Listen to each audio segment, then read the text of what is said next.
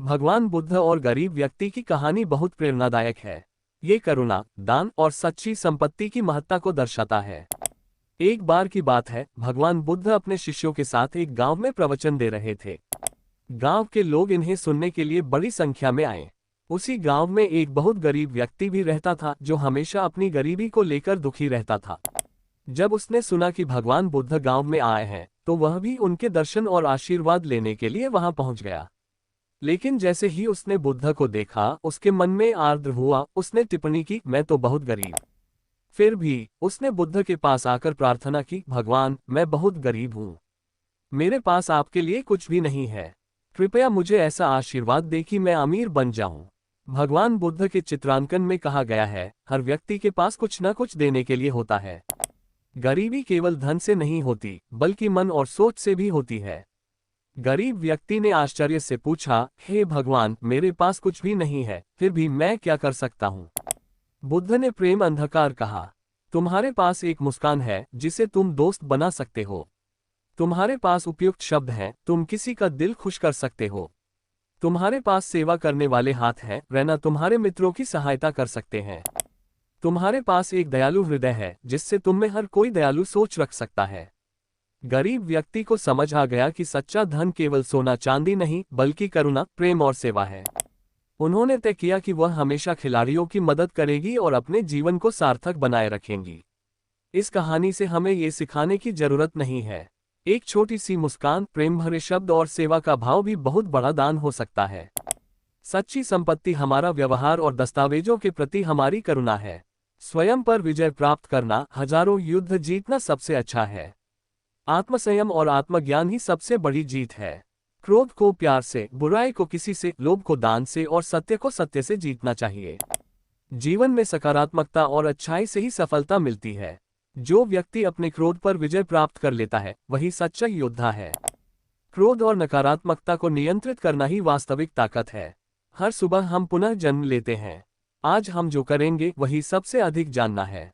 हर नए दिन की एक नई शुरुआत होती है, इसे अच्छे कर्मों से भरें। स्वयं को चित्रित ही प्रेम करो, तुम दुनिया से करते हो, क्योंकि आत्म प्रेम से ही करुणा का जन्म होता है। सबसे पहले खुद को समझो और अपनाओ, जरूर पढ़ो कि मदद कर पाओगे। मन ही सब कुछ है। जैसे आप दिखते हैं वैसे ही आप बन जाते हैं। सकारात्मक सोच से ही जीवन में सफलता और सुख आता है।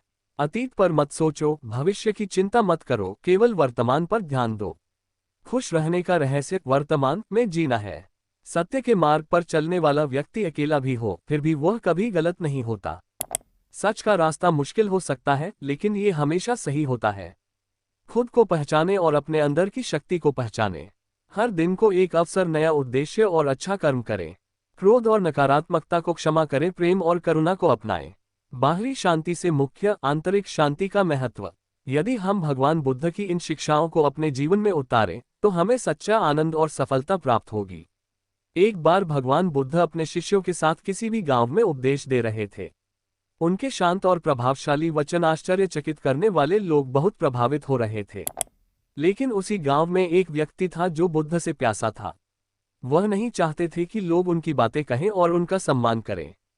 वह व्यक्ति बुद्ध के पास आया और संगीत वाद्ययंत्र में बोला, तुम एक ढोलंगी हो, बातें हिला रहे हो, तुम वस्तुओं को हिला रहे हो।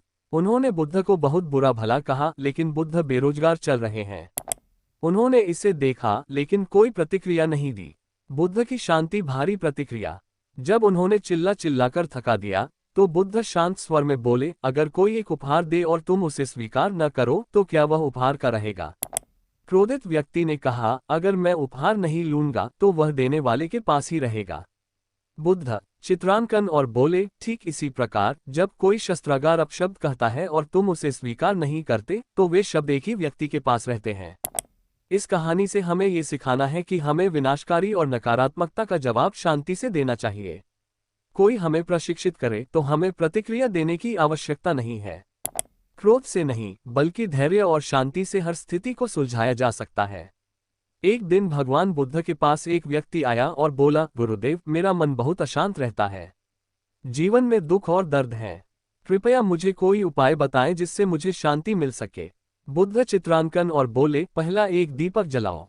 वह व्यक्तिगत रूप से दीपक जलाने ले आया।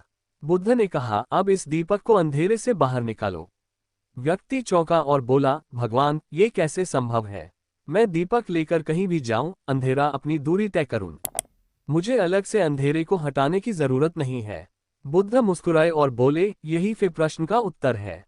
जैसे अंधेरे को दूर करने के लिए हमें उजाले की जरूरत है, वैसे ही जीवन के पहलुओं और दुखों को दूर करने के लिए हमें ज्ञान और अंधेरे को दूर करने की जरूरत है। मन को हटाने के लिए बाहरी तत्वों को बदलने की जरूरत नहीं है, बल्कि उसके अंदर ज्ञान, प्रेम और धैर्य का प्रकाश लाने की जरूरत है।